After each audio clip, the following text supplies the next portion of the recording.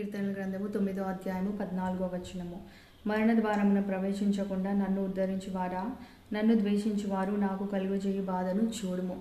మనం ఇంగ్లీష్లో చూసినట్లయితే, that I may shew forth all thy praise in the gates of the daughter of Zion, I will rejoice in thy salvation. 13th verse మనం చూసినట్లయితే, have mercy upon me, O Lord, consider my trouble which I suffer of them that hate me, that thou that liftest me up from the gates of death. ఇక్కడ దావీదు తన పరిస్థితిని గురించి దేవునితో మాట్లాడుతున్నాడు, దేవునితో సంభాషిస్తున్నాడు, లేదా దేవునితో చెప్తున్నాడు. Lord consider my trouble from those who hate me. ఈ వర్స్లో చూసినట్లయితే David almost felt like he was at the gates of death. ఒక్కసారి ఆయన సిచ్యువేషన్లో ఉంచి ఆలోచించండి.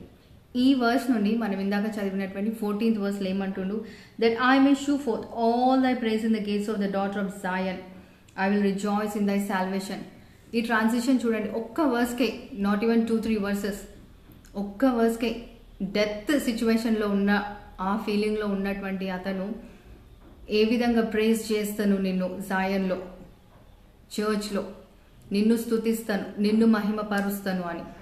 ఈరోజు నీ సిచ్యువేషన్ కూడా దావీదులా ఉన్నదేమో. ఎవరు మారుస్తారు ఇంకా నా సిచ్యువేషన్ అనుకుంటున్నామేమో. కానీ దేవుడు చూడండి, ఇక్కడ దావీదు చెప్పినట్లు, దావీదు అంటున్నట్టు కూడా దావీదు జీవితాన్ని దేవుడు ఎంతో మార్చేసిండు. ఆ సిచ్యువేషన్ నుండి దావీదుని బయటకు కూడా తెచ్చిండు. దావీదు ఎంతో దేవుని ఆరాధించిండు.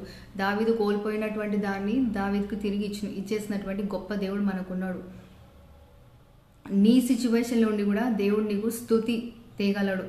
నువ్వు దేవుని తిరిగి ఆరాధించగలవు, దేవుని తిరిగి నువ్వు మహిమపరచగలవు. అటువంటి ఈ సిచ్యువేషన్ నుండి ఈ సిచ్యువేషన్కి, అంటే నీ నీ దుఃఖం నుండి దేవుడు నీకు సంతోషాన్ని తేగలడు.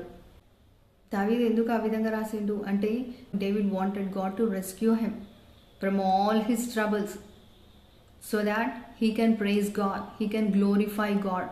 నీ జీవితంలో కూడా ఇప్పుడు దావీదులా ఉందేమో.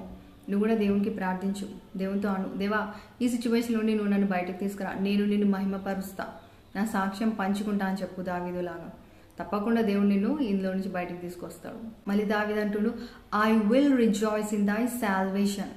దేవుడు మనకి సాల్వేషన్ ఎంత భాగ్యం ఇచ్చింది కదా. ఏదైనా తప్పు చేస్తే తిరిగి దేవుని దగ్గర వెళ్ళి, దేవా నన్ను క్షమించు, ఫర్గివ్ మీ లార్డ్ అని అనేస్తాం. ఆ విధంగానే దేవుడు క్షమించునని నమ్మేస్తాం, అవునా? ఆ విధంగానే ఎన్నో కష్టాలు వచ్చిండొచ్చు, నీకు ఎన్నో బాధలు వచ్చిండొచ్చు, ఎన్నో దుఃఖాలు ఉండిండొచ్చు. ఇప్పటి వరకు దేవుడు నిన్ను ఎంతగానో కాపాడిండొచ్చు కదా.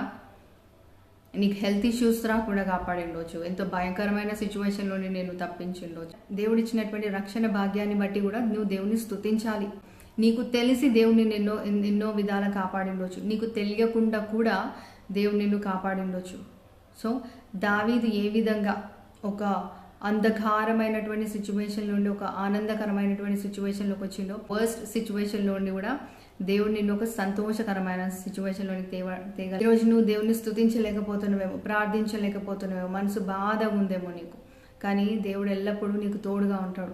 దేవా నేను నిన్ను మహిమపరుస్తా, నా సాక్ష్యాన్ని ఇతరులతో పంచుకుంటా, నేను నిన్ను మహిమపరుస్తా అని దేవుడితో చెప్పు. దేవుడు తప్పకుండా, నువ్వు చెప్తేనే దేవుడు నిన్ను సిచ్యువేషన్ నుంచి బయటకు తీసుకొస్తాడని కాదు. వర్స్ట్ సిచ్యువేషన్ నుండి దేవుడు నిన్ను అంతగా ఆ యొక్క సిచ్యువేషన్లో నిన్ను పెడుతున్నాడు, నిన్ను కాపాడుతున్నాడు అంటే కూడా ఆ సిచ్యువేషన్లో నుండి దేవుడు తనకి తానే మహిమ తెచ్చుకుంటాడు. సో దావీదులాగా నువ్వు కూడా దేవుని మహిమపరచు. God bless you.